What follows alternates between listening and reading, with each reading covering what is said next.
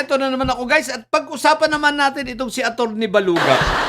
What the heck? Guys, eto, naalala natin, no? Ito ay, kailan to? 12 years ago. Nung nabubuhay pa si Senator Miriam Santiago, gusto ni Senator Miriam Santiago na ipadisbar itong si Baluga. Dahil nga sa mga pagsisinungaling at pagdadawit sa PDAP scam, dinawit rin si Senator Santiago nito isinama sa listahan. Kaya, di ba? Kaya ano ang ibig sabihin nito? Itong si Atty. Baluga ay ano ito? Tawag nito, may kasaysayan. Sanay na sanay ito sa mga listahang ganyan at sa mga insertions. Ito ang tunay na may insertions, no? Insertions ng mga pangalan pag hindi niya trip, no? O kaya walang binibigay, walang padula sa kanya, isasama niya. Pero iba naman ang sitwasyon ngayon dahil talagang ito maraming dumudulas. Talagang mali-maleta siguro natatanggap nito.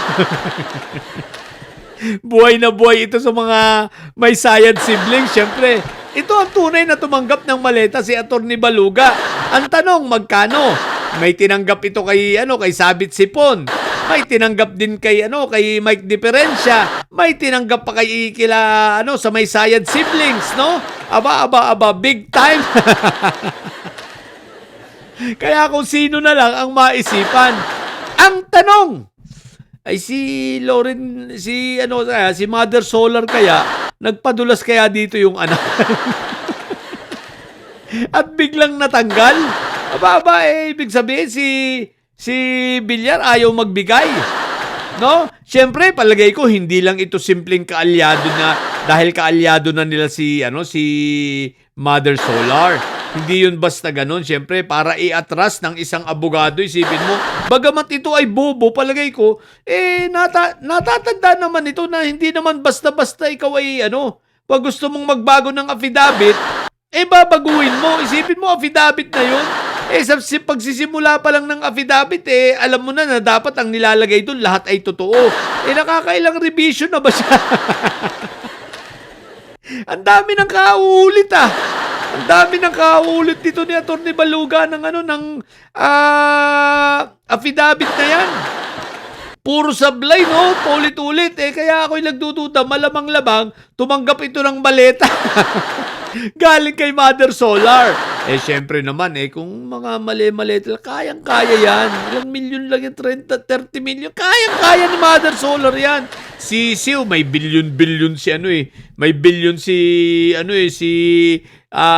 Solar Gay, di ba? Kaya kayang-kaya yan. Pero ang ibig ko lang sabihin, guys, ay ito. Sanay na sanay ito si Atty. Baluga. 12 years ago, gawain na niya yan. Gawain na niya ang gumawa ng chismis at mag-imbento ng akusasyon, di ba? At ngayon, ginagawa na naman. Siyempre, basta usapang pera if the price is right, di ba ka? Kaya kinuha ito ni Mike Diferensya Sabi ni Mike Diferensya, teka, ito, magaling ito. Mas magaling ito kay Ador Mawalay. Namo, Baluga!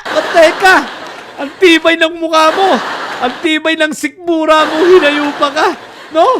So, kaya kaya ito ay kumbaga may karir sa paggaganyan.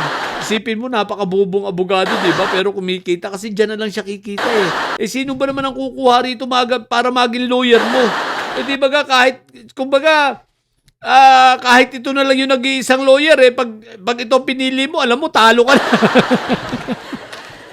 Alam mo, natalo ka na di ba? Sobrang bobo Sobrang tanga pa ang putik na yan. So, kaya wala siyang magagawa. Ang pwede na lang niyang gawin, pangkabuhayan, ganyan. Manira ng kapwa, tumanggap ng pera, tumanggap ng maleta, para makapanira ng iba, di ba? Doon na lang siya kikita kasi nga, wala namang kukuha rito. Sino ba namang kukuha talaga rito? Diyos ko po, Rudy. Di ba yung mga matitinong tao, hindi ito kukunin. Bakit? Baluga nga Di ba nga? Bobo nga. Ikaw, kukuha ka ng abogadong bobo? Natural, hindi. Ewan ko ba? So, may kasaysayan ang hinayupak na ito si Atty. Baluga. What the heck? So, ilan muna. Abangan natin ang mga susunod na kabanata kung ano naman ang mga babaguhin sa apidabit ng 18 marites. May bago na naman daw, 14 dadagdagan. Binibida-bida pa ako. Ay, nako. Ang sigurado ako, tantad na itong mga ito ng kaso. Ang tanong, hanggang kailan ninyo masusustain ito? Tingnan lang natin, no? Tingnan lang natin kung hindi ito iwanan nila Inday Saya. Eh, nako, Rode. So, hanggang saan at hanggang kailan ninyo masusustain ang mga kaso nyong yan? Ewan ko lang sa inyo. Okay? So, yun lang muna sa mga bobong didilis dyan. Nabilib rito kay Atty. Baluga. Magsama-sama kayong mga bobong, mga hinayupa kayo. Natili kayo mga bobot may side sapagkat on my side, laging high blood. Bye!